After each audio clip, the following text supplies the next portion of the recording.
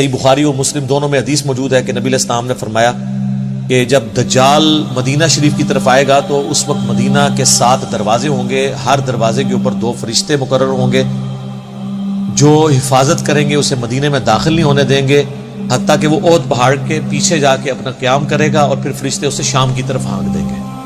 اور صحیح مسلم میں حدیث ہے کہ مکے اور مدینے کے سوا ہر جگہ وہ داخل ہوگا، مکے اور مدینہ اس کے لیے حرام ہوگا۔ تو واقعی اب یہ تو احادیث موجود ہیں، بالکل یہ ہمارا عقیدہ ہے کہ مکہ اور مدینے کی حفاظت ہوگی۔ بخاری اور مسلم دونوں میں حدیث ہے کہ دین قرب قیامت میں مدینے میں آ جائے گا، اور مسلم میں ایک حدیث میں الفاظ ہیں 2 مساجد میں آ جائے گا، حرم مکہ اور حرم مدینہ۔ ویسے یہ بات ٹھیک ہو گئی ہے، کیونکہ حضور کے زمانے میں جو مکہ تھا نا، وہ اس وقت سارے کا سارا مکہ شریف کی مسجد میں آ چکا ہے، اتنی توسیع ہو گئی ہے۔ اور نبی علیہ السلام کے زمانے میں جتنا مدینہ شریف ایز اے سٹی تھا نا، وہ اب سارے کا سارا مسجد نبی میں آ چکا ہے۔ مسجد نبی اتنی بڑی ہے، تو جو حضور علیہ السلام نے فرمایا نا کہ 2 مسجدوں میں واپس آ جائے گا، یعنی ادھر لوگ پناہ کے لیے آئیں گے، جیسا کہ سانپ اپنے بل میں واپس آتا ہے حفاظت کے لیے۔ اس میں حضور نے ایمان کو سانپ سے تشبیہ نہیں دی، بلکہ ایمان بچانے کے عمل کو سانپ کے عمل سے تشبیہ دی ہے، جس طرح سانپ اپنے آپ کو بچانے کے لیے بل میں آ کے اپنی حفاظت کرتا ہے۔ تو یہ واضح احادیث ہیں کہ دجال مکہ مدینے میں داخل نہیں ہوگا، بخاری مسلم کی ہے۔ اب یہ جو حدیث ہے نا، یہ بڑے لوگوں کو پریشان کرتی ہے کہ دوسری طرف بخاری مسلم میں ہے کہ نبی علیہ السلام فرماتے ہیں کہ میں نے ایک خواب دیکھا جس میں مجھے ایک بڑا خوبصورت شخص دکھایا گیا، جس کے لمبے بال تھے، یعنی زلفیں تھیں، اور اس سے پانی کے قطرے ٹپک رہے تھے، اور وہ 2 شخص کے سہارے ان کے کندھے پہ ہاتھ رکھا ہوا طواف کعبہ کر رہا تھا۔ تو مجھے پوچھنے پہ فرشتوں نے بتایا کہ یہ مسیح ہیں، عیسیٰ ابن مریم، اور یہ حضور کو خواب دکھایا جا رہا تھا۔ تو ظاہر ہے کہ خواب تو وحی الہی ہے۔ سورہ صافات میں حضرت ابراہیم علیہ السلام کو جو اللہ نے خواب دکھایا تھا وہ وحی الہی تھا، اس لیے تو انہوں نے اتنی بڑی ایکٹیویٹی پرفارم کرنے کے لیے تیار ہو گئے، بیٹے کو ذبح کرنے کے لیے۔ اور بخاری مسلم دونوں میں حدیث ہے کہ خواب نبوت کا 46واں حصہ ہے، یعنی نبیوں کی وحی کا ذریعہ جو ہے، نبیوں کے خواب تو سچے ہوتے ہیں۔ اور پھر نبی صلی اللہ علیہ وآلہ وسلم فرماتے ہیں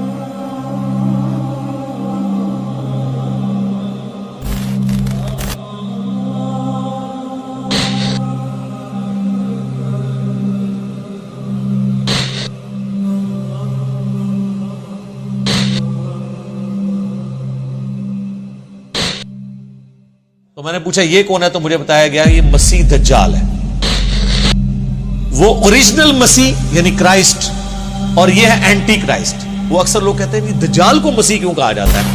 مسیح تو حضرت عیسیٰ ہے، اور سر ان کو جھوٹا مسیح کہا جاتا ہے، دجال کو، اس کو مسیح نہیں کہا جاتا، مسیح الدجال، جعلی مسیح، اور یہ ہے عیسیٰ ابن مریم مسیح، اصلی مسیح۔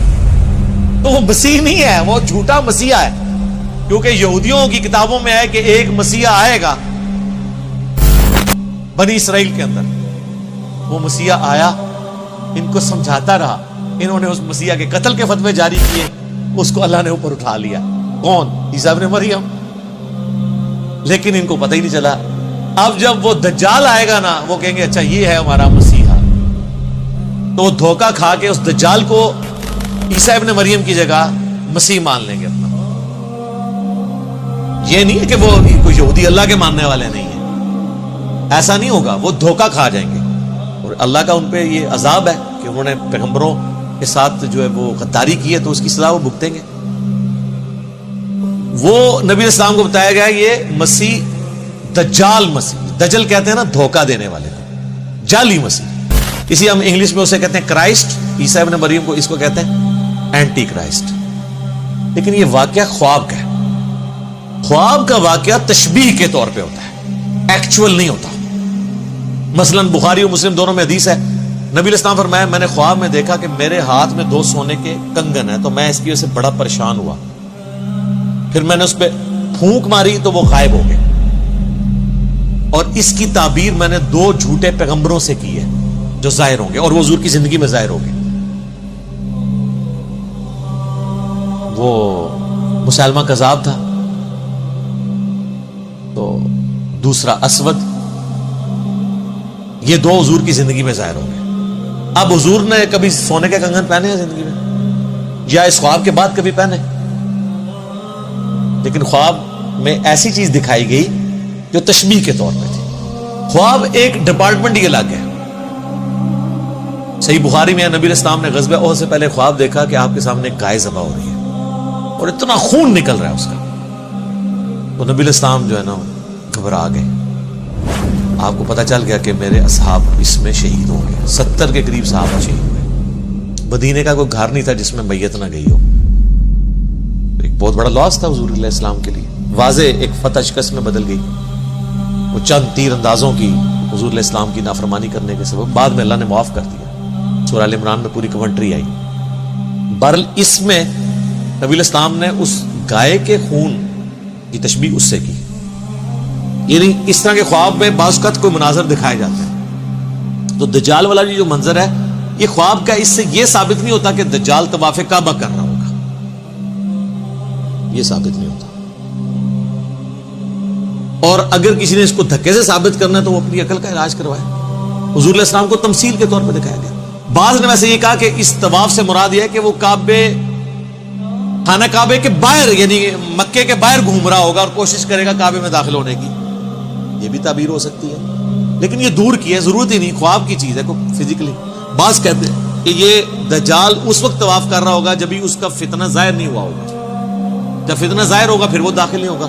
یہ دور کی تعویلات ہیں. میرے نزدیک سب سے بیسٹ تعویل, میں نے آپ کو اتنی مثالیں دی ہیں کہ خواب میں جو منظر دکھایا جاتا ہے ایگزیکٹلی وہ منظر نہیں ہوتا, وہ ایک تمثیل ہوتی ہے.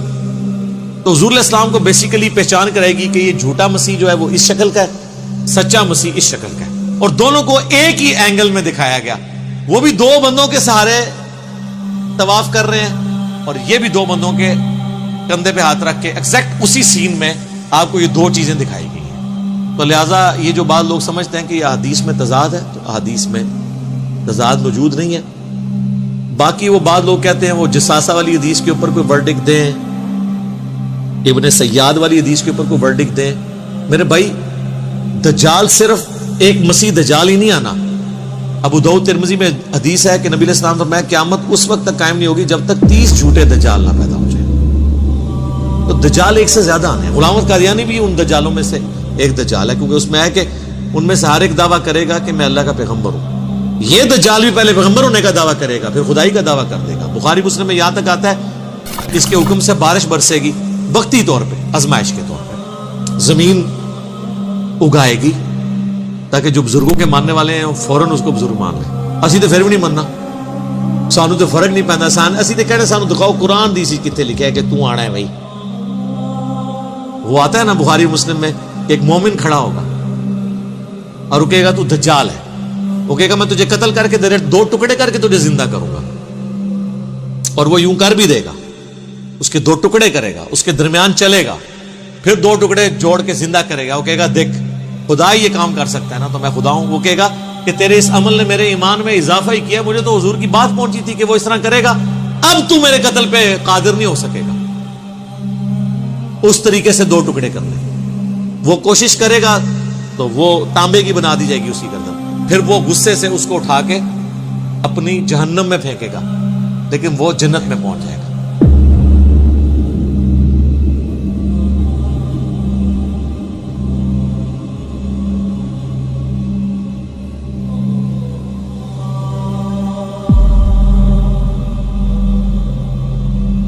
یعنی موت اس کو آ جائے گی. اور نبی صاحب فرمایا وہ اس زمانے کا سب سے بہترین شہید ہوگا, سید الشہداء ہوگا نا. جو المستدرک علاقے میں کہ سید الشہداء حمزہ ابن عبد المطلب ہے, یا وہ شخص بھی سید الشہداء ہے جو جابر حکمران کے سامنے کلمہ حق بلند کرے یہاں تک کہ اسے قتل کر دیا جائے. تو حسین ابن علی بھی سید الشہداء ہیں, اور وہ بھی مومن بھی سید الشہداء ہوگا جو دجال کے سامنے کھڑا ہوگا. حتیٰ کہ بخاری مسلم میں آتا ہے کہ دجال کے ماتھے پہ کافر لکھا ہوگا, لیکن ایبریویشن کافارا. مومن پہچان لیں گے, اور جو بابوں کے ماننے والے, کسے کہانیوں کے ماننے والے ہیں, وہ تو وہ کہیں گے کافر نہیں لکھا, تو انہوں سمجھ نہیں آئی ہے, یہ نہیں لکھا. جس نے کہتے ہیں کوڑا نے دھما لی تیسرا ہدایت تے لا رہے ہوندے نا دھکے نال, یہ بھی وہی کریں گے. کاف سے کش پڑھ لیں, ہو سکتا ہے فا سے فیض پڑھ لیں, اور را سے روحانیت پڑھ لیں, یا روحانیت روحانیت کی بجائے. بخاری اور مسلم دونوں میں حدیث ہے، نبی علیہ السلام نے فرمایا کہ حضرت آدم علیہ السلام سے لے کے سارے پیغمبر اپنی اپنی امتوں کو دجال کے فتنے سے آگاہ کرتے ہیں. اور مسلم میں ایک حدیث ہے کہ قیامت تک جتنے فتنے آئیں گے حضرت آدم علیہ السلام سے لے کے دجال سے بڑا کوئی فتنہ نہیں ہے. ظاہر ہے کہ اللہ کی طرف سے ایک آزمائش ہوگا، تو اللہ تعالیٰ ہمیں محفوظ رکھے اس فتنے سے. اور اس کے لیے بھی صحیح مسلم میں ہے کہ نبی علیہ السلام نے فرمایا کہ جو شخص سورۃ الکہف کی پہلی 10 آیات یاد کر لے گا، اور ایک دوسری حدیث میں مسلم کی آخری 10 آیات کا بھی ذکر ہے، بہرحال پہلی 10 آیات یاد کر لیں تو وہ اس کے دجال کے فتنے سے بچ جائے گا. یہ آیات کوشش کریں روزانہ نہیں تو ہفتے میں ایک دفعہ تلاوت کر لیں تاکہ یاد رہیں. باقی یہ ویڈیو شیڈیو ریکارڈ کرانا ہے جی دجال نے کدوں آنا ہے، بھائی میں تو نہیں دجال نو کٹ سکتا، جدوں آئے گا دیکھی جائے گی. اور لوگ اس طرح کے ٹاپکس میں بڑا انٹرسٹ، قیامت کی نشانی ہے جی. قیامت کی سب سے بڑی نشانی آج سے 1400 سال پہلے ظاہر ہو چکی ہے، نبی علیہ السلام کی بعثت جی. قرآن میں ذکر ہے اقتربت الساعہ، قریب آ گئی قیامت. وانشق القمر، اور 2 ٹکڑے ہو گیا چاند. اور بخاری مسلم میں ہے کہ نبی علیہ السلام کے زمانے میں چاند 2 ٹکڑے ہوا، اللہ تعالیٰ نے یہ نشانی کے طور پہ دکھائی بات. پھر مسلم شریف کے الفاظ ہیں کہ میں اور قیامت اس طرح ساتھ بھیجے گئے جیسے یہ 2 انگلیاں، شہادت کی انگلی اور درمیان والی. یعنی میرے بعد کوئی نبی نہیں آئے گا، قیامت ہی آئے گی. ہزاروں انبیاء کی تاریخ میں آخری پیغمبر کا آنا اور پھر اس کے بعد قیامت آنا، تو پھر تو سر قیامت کی نشانیاں ظاہر ہو چکی نہیں. باقی جو آپ قیامت کی نشانیاں ظاہر کرتے ہیں نا، کوئی الٹا کام ہو جائے تو کہتے ہیں قیامت کی نشانی ہے. پھر میں کہنا یہ ساری نشانیاں پاکستان ہی جی پوریاں ہو رہی ہیں. باہر دے ملک دے لوگ سکون تھی زندگی گزار رہے ہیں، مہنگائی ہو جائے کہتے ہیں قیامت کی نشانی، بیسک نیڈز پوری نہ ہو قیامت کی نشانی، ہیومن سیکیورٹی نہ ہو کہتے ہیں قیامت کی نشانی. تو وہاں تو نشانیاں پھر ریورس ہو رہی ہے. دبئی میں جائیں کوئی ڈاکہ مار کے بتائے، کوئی چوری کرے، 0 پہ کرائم ریٹ لے آئے ہیں وہ تو پھر لگتا ہے قیامت سے بہت دور جا رہے ہیں. اس طرح نہیں قیامت کی نشانی ہوتی. باقی آپ نے ٹسکے لینے کے لیے سننا ہے تو سنتے رہیں. اصل چیز یہ ہے کہ آپ آخرت کی تیاری کریں، ان چکروں میں نہ پڑیں. ٹھیک ہو گیا؟ جزاکم اللہ.